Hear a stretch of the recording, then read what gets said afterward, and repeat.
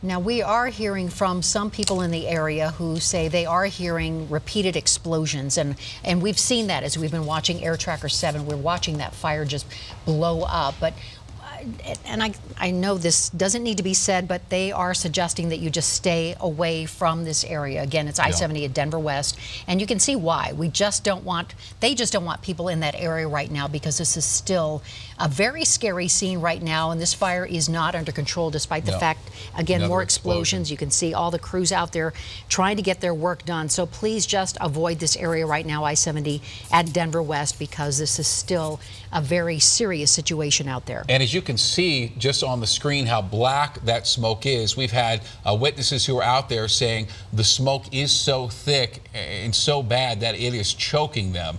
And Mike mentioned the way it was, the winds coming from the north, I believe, correct, Mike? Very light. I mean, the smoke is not blowing much of a direction at all. The winds are maybe 5 miles an hour. Should be light out of the north, but that is extremely toxic smoke. So if you have any of that smoke drifting into your neighborhoods, just keep all the doors and windows closed and avoid getting outside at all until this clears. And now we understand that this fire is that bridge that you see to the left. That is the Denver West Bridge, and so firefighters are actually fighting this fire in part underneath that bridge, that Denver West Bridge. So again, this is eastbound where that accident is, and it is just a troubling scene as you watch right now live on Denver 7. And so much of we have Jason Larson coming in with some new information. Jason? Yes, so I just got off the phone here with the Lakewood Police Department, and what they're telling us is that there are multiple injuries in this right now. At least one person has been burned, but that person is still alive, at least at this point here.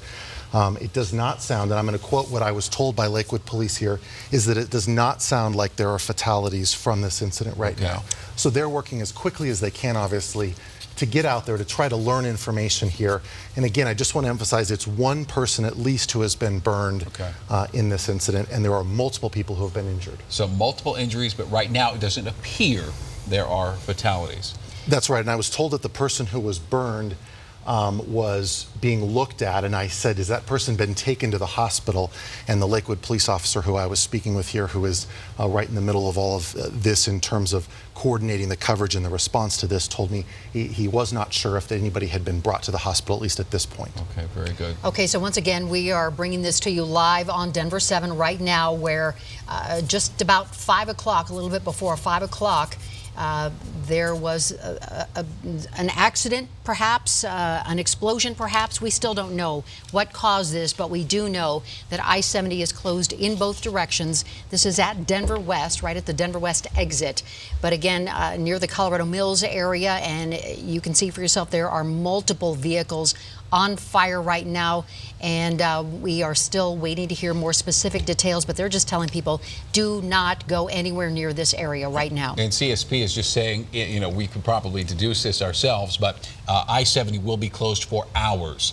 And that's, you know, if they got that fire out this minute, it would be closed for hours, because that is a lot of debris, both spilled and both the burning wreckage now of all those many cars. At least 3 semis are involved in that, and there are multiple passenger vehicles as well. I saw at least 3. There could be more. It's very hard to tell exactly what is involved and how. And back to that black, awful smoke, witnesses say it is thick and it is choking people in that area.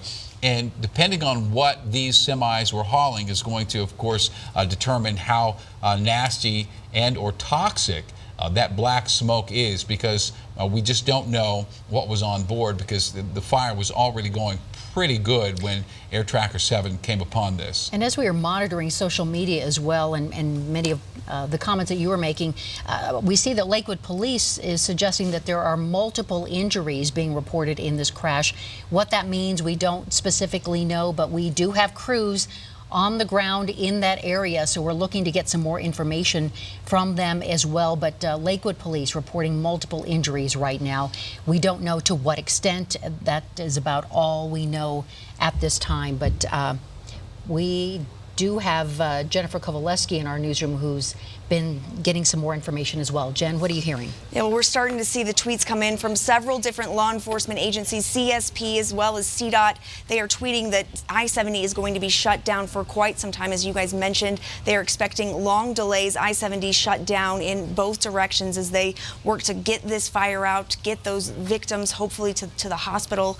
As Jay said, we are hearing there are multiple people injured and that at least one person is burned, and the fire just continues to grow. I mean, the pictures are so dramatic and hard to watch. I mean, if you're familiar with this area, this is a busy area at rush hour, and the fire just keeps growing. We are hearing possibly that truck may have been carrying lumber, but as you mentioned, there's also the question, is it PVC pipe? What is that on the ground that truck was carrying? But we are starting to get tweets and phone calls in from law enforcement responding to this as they continue to just kind of evaluate what happened and try to help those who are in the middle of this.